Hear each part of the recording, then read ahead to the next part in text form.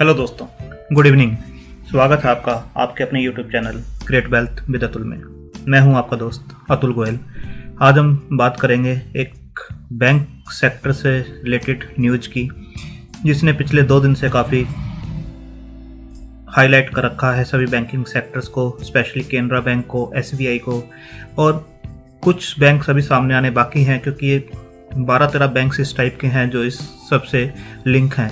तो न्यूज़ है, आप क्लियरली स्क्रीन पर देख सकते हैं। Hyderabad company commits huge fraud और bigger amount to banks than Nirav Modi. जो नीरव मोदी का अमाउंट था जो काफ़ी हाईलाइट हुआ था, उससे भी बड़ा ये अमाउंट इन्वॉल्व है इस फ्रॉड के अंदर।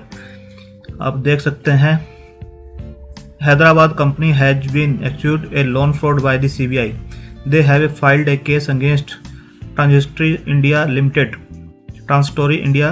Limited for cheating multiple banks of almost rupees 8,000 crore according to officials. The amount involved in the fraud is higher than what the infamous Nirav Modi owes to bank in the country, according to people who knows about the ensuing developments. Nirav Modi facing extradition charges and lodged in UK jail. आप देख सकते हैं ये जो fraud हुआ है वो नीरव मोदी का जो फ्रॉड था उससे भी ज़्यादा पैसा इसके अंदर इन्वॉल्व है। क्या केस है आप देख सकते हैं। Canara bank exposure to Transstroy India is 678.28 crore.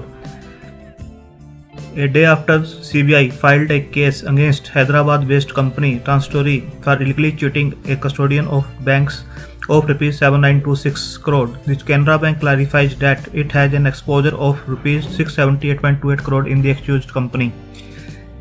इस कंपनी में जो कैनरा बैंक का क्लैरिफिकेशन आया है, जो टोटल अमाउंट है 7926 में से 678 का इन्होंने दिया हुआ है।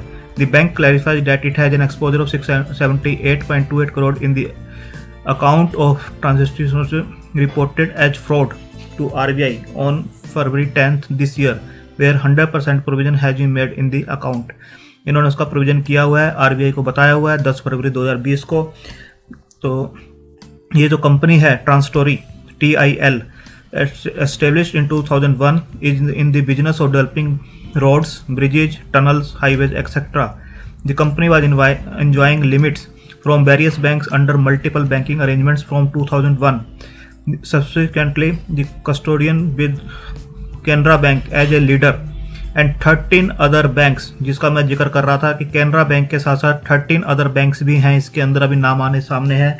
SBI और कैनरा बैंक का नाम सामने आ रहा है।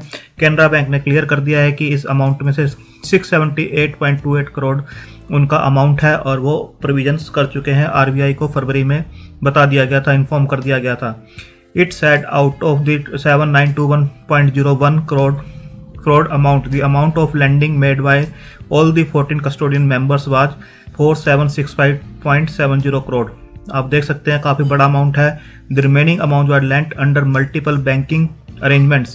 Out of this, exposure of Canara Bank was rupees 678.28 crore only. It said, adding that the case was referred to the NCLT Hyderabad, which admitted it on 10th October 2018. आप देख सकते हैं CBI ने केस रजिस्टर्ड किया है और जो case है एक बैंक घोटाले का है और हैदराबाद बेस्ड ये कंपनी है ट्रांसस्टोरी, और काफ़ी टाइम से ये चीज़ें चल रही हैं। और जो कैनरा बैंक का अमाउंट सामने आया है वो 678 करोड़ के आसपास का सामने आया है। अब यहाँ भी देख सकते हैं CBI का नाम, ये CBI ने केस जो रजिस्टर किया है, SBI and Canara bank files complaint of bank fraud of over 8,000 crore CBI book to private firms. आप देख सकते हैं यहाँ पर भी SBI का नाम।